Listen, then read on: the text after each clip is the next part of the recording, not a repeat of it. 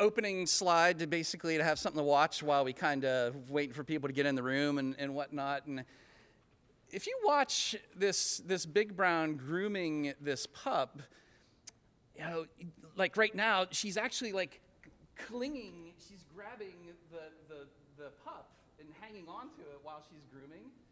And I was like starting to think, you know, I wonder if she ever drops it and knocks it out of the roost. And so that might be why sometimes you see a dead pup below a roost. And it's something like this, because boy, there's not a whole lot of safety measures there. So might not be overheating and that sort of thing.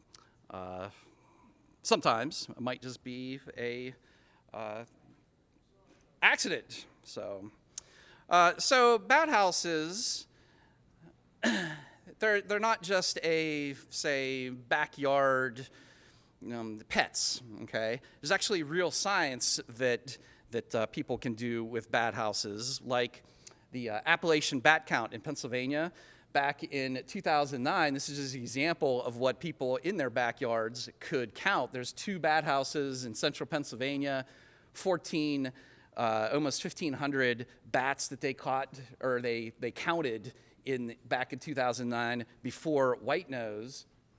In 2010, just these drops already starting to happen, and 2011 dropping even more, and 2012 there's just nothing occupying those bat houses. So bat houses, yeah, you can buy them on Amazon and stick them out and kind of as a gee whiz thing. But there's real things that we can do with bat houses. And so now the purpose of my opening little bat house talk is to kind of give it a broad overview of all sorts of different kinds of bat houses for everyone. And excuse me here, there's something not quite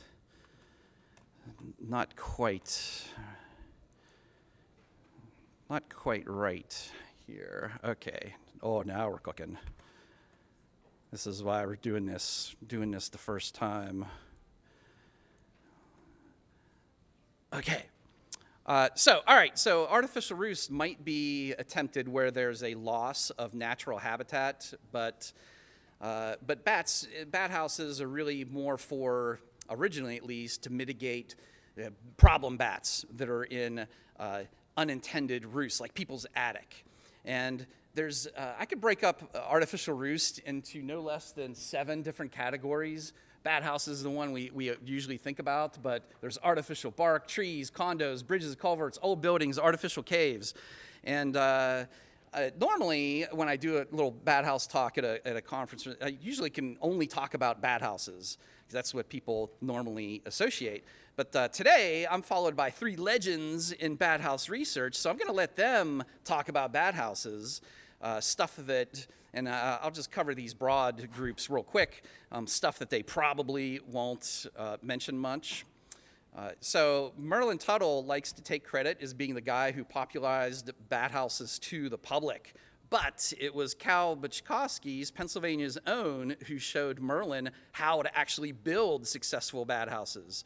So much so that Merlin's first week-long workshops was established with Cal in central Pennsylvania, and they heavily featured artificial roost experimentation back in the day. So he's going to be here this morning. You'll also hear from Jim Kennedy, somebody who also started in Pennsylvania, but Pennsylvania was too small to contain Jim, so he ran off to Texas and worked nationwide with Merlin studying roosts as well. And then we have Terry Lobel is with us. He's one of a handful of true bat house experimenters in the world. And I'll go on a limb and say he's probably built more different kinds of bat houses than anyone in the country, okay? And he actively observes what happens with his bats when he puts up like a little tweak to something. So he's just a wealth of info. So very quickly, I think you'll probably see this theme repeated throughout the morning here, but the modern bat house, we like to see them wide so they collect some heat. We like them tall because, hey, if that roof gets too hot, the bats like to be able to move down in the roost to cool off a little bit. We're going to use thicker materials, all right? So not just some cheap wood, but thicker wood or maybe some alternative materials, which these guys will talk about. Usually there's some kind of landing area for bats to land on, but the dirty little secret here is the bigger the bat house you have, the bats just land on the roost baffles themselves. They don't really even need the landing area that extends down below the roost. They just land on the baffles themselves and go right up into the baffles. But a skinny little bat house, that's why the landing area is important for a skinny little bat house. The seams, we need that roof airtight to capture the heat. And then they can get too hot, so we're gonna have some kind of vents in it about 2/3 of the way down. Even our newest bat houses have vents on the back of the bat house to make it a little more. And then the interior crevices are going to be about 3/4 to about 7/8 or so average between the baffles. We can have some a little bit bigger than that, but you really don't want to go much smaller than that, and it starts excluding bats. So, and then all bat houses need to be rough. So if you're just doing a couple of bat houses, you just use a utility knife and scratch it up. You know, it takes 5 minutes. Your wrist kind of falls off afterwards, but you get the job done. If you're making a lot of bat houses, you might make a little nasty little hairbrush with putting a bunch of screws through a block of wood and then using that to scratch things, okay, if you're doing a bunch. But, this bat house looks like it's successful, right? But we look at it a little closer and we see there's screening stapled on there. And the screening sometimes causes some problems. Possibly that is a dead bat that is actually entangled behind the screen, but I'm not quite sure if it is or not. But we've seen dead bats behind the screen, so we try not to use the screen. It shreds. Bats get tangled into it. You really just have to scratch the wood, make sure everything is nice and scratched up. Okay, so this is a single chamber bat house, believe it or not. Usually just a small little single chamber bat house. Put it up on a post. It doesn't really get hot enough. It cools off really rapidly after dusk because it's such a small structure. There's not a lot of mass in it. But you can make a very successful single chamber bat house just out of a couple pieces of plywood. So this is 2 sheets of plywood bolted to the side of a building, and then it's painted black mostly for the heat, okay? And it's turned into a commercial sign. So I love this. It's brilliant. My note says there's almost 200 bats that was using this at one time, so pretty cool idea. But the kind of Achilles heel of these a lot of bat house designs, and I'm sorry to say, but Cal's kind of original Game Commission designs bat house kind of looks like this, and the main problem is all of the weight of the bat house is being supported by this backing board, especially up here towards the roof. And inevitably what happens without any kind of maintenance is just the weight of the bat house itself slowly pulls it off of the post, or pulls it off the building, pulls it off of whatever. So these days, I try not to use that design so much anymore. So here's my faithful assistant, Lori, and she'll show us. We have these bolts that go straight through the entire bat house. And so this way, all of the weight is more hanging on those. They're called timber lock screws. So very, very long screws. And we're just pinning the whole bat house right to the building or to the mount these days. And hopefully that's going to last a lot longer and not let, and you can retrofit, if you have a wooden bat house of these other designs, you could, reinforce it there, because that's where it's going to fail, is around that roof. And so Cal and the Game Commission have experimented with the metal sided, because, the wood only lasts so long, so they come up with the metal, aluminum bat houses, and I experimented with plastic bat houses. And so this is what we're using today. And again, bats can exit out the back. So we have a little clever the mount is kind of separate from the bat house itself. It adds a landing plate if the bats need it. And then this crevice that's formed here, we have some holes in the back that bats can come out, cool off, and get into that bigger crevice, and it adds an extra crevice to it. So this is actually, Terry gave me this idea of this is a fun way an easy way to add another roost crevice to any bat house. So, okay, moving on to rocket boxes. All right, rocket boxes are supposed to simulate old trees, and the neat thing about this is the bat can go around the whole post. All right, so if the front of the bat house is really, really, really hot, the bats just shift around until they kind of cool off a little bit in theory. The bigger, of course, bigger is better, so double-sided or double chamber bat houses work even better because there's more mass up there. But most of the bat houses, most of these rocket boxes of plans you find online and whatnot, you want to change out the roof. The roof is what fails on these inevitably. Don't put it doesn't matter how much shingles you put on there or tar paper or whatever. You really got to put a metal roof on these things, and they'll last much, much longer. So I have a rocket box in the back. It's plastic. The whole outside shell is plastic, and this is what it looks like on the inside of that rocket box. So you take a look at it. Not only does it have some vertical crevices, but it has these wedges that bats can go up into. So, okay, but rocket boxes. Next, we have artificial bark. So, yeah, so something like, it looks like the 1990s. So this is an old idea from the 1990s.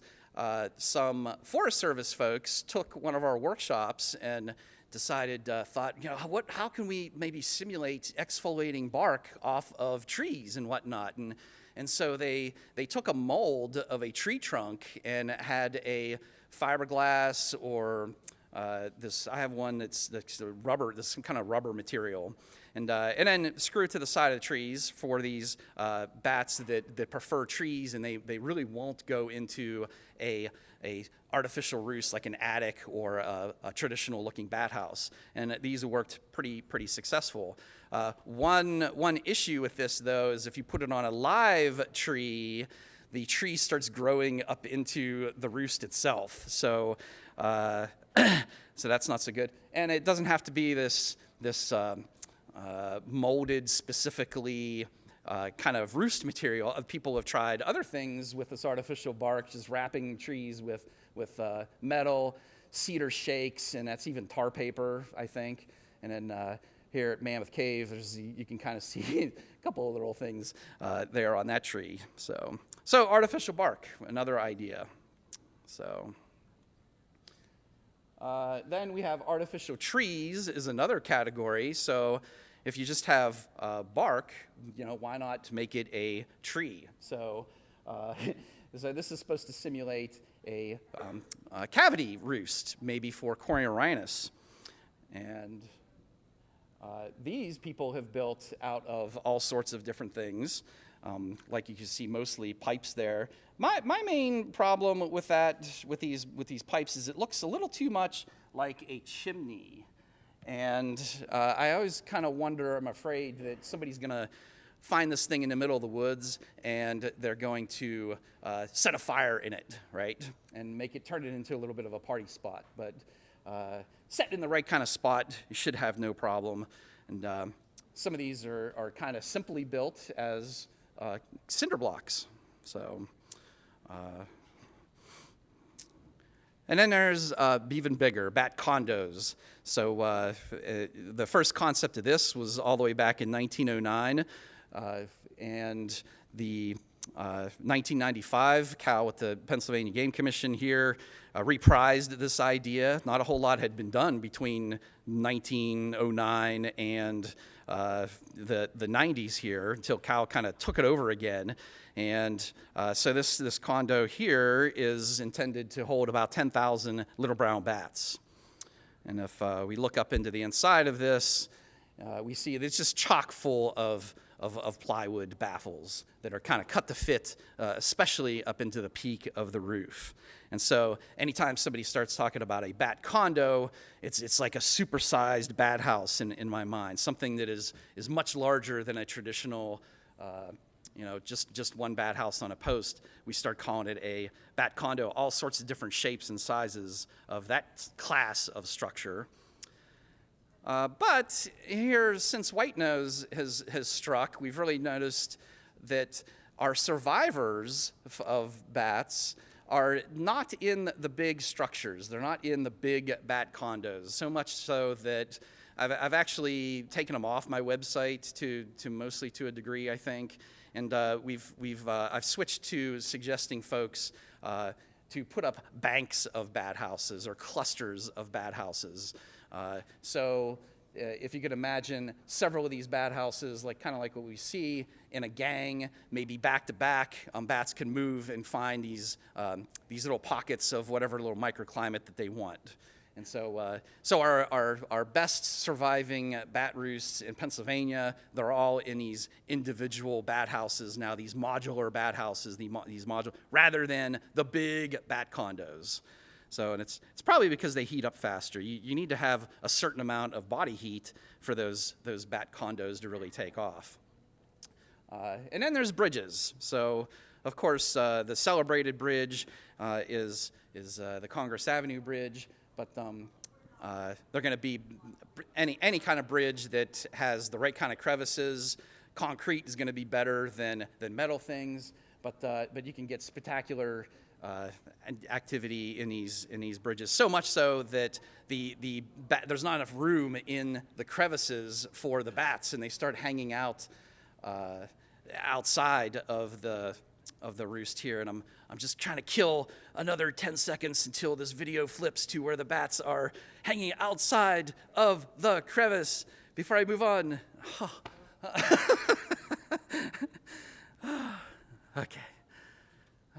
Okay, we can wait one more because everybody loves slow motion video of bats, right?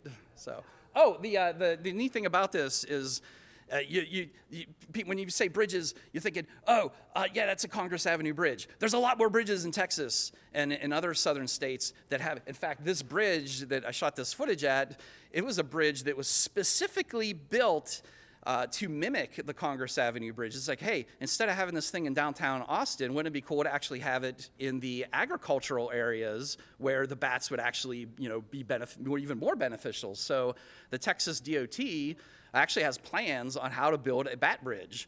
And they actually built that bridge out in the ag area, and it, as you can see from that video, it got loaded. So.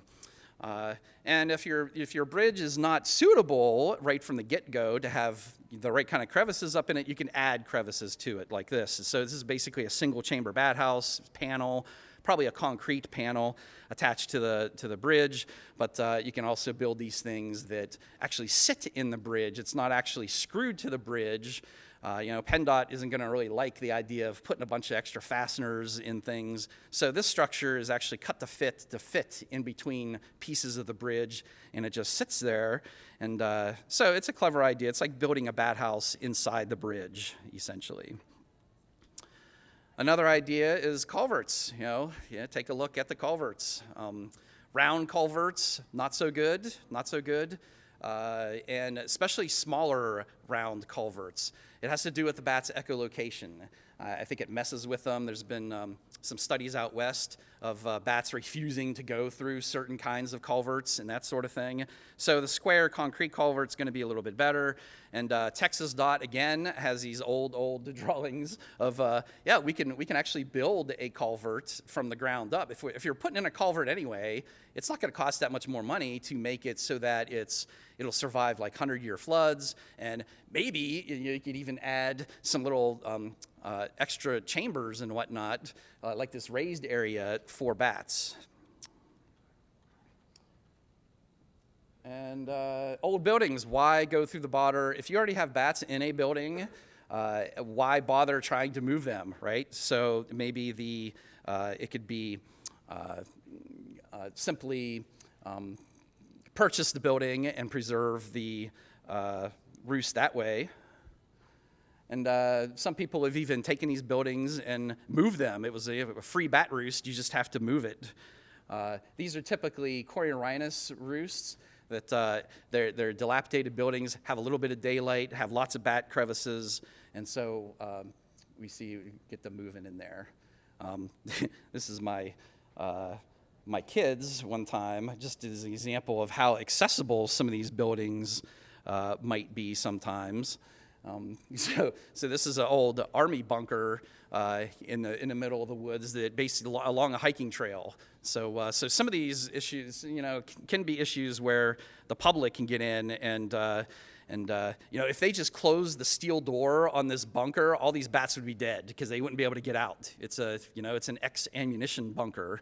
So but there's structures like this that are out there, and it took a long time to clean her shoes. So.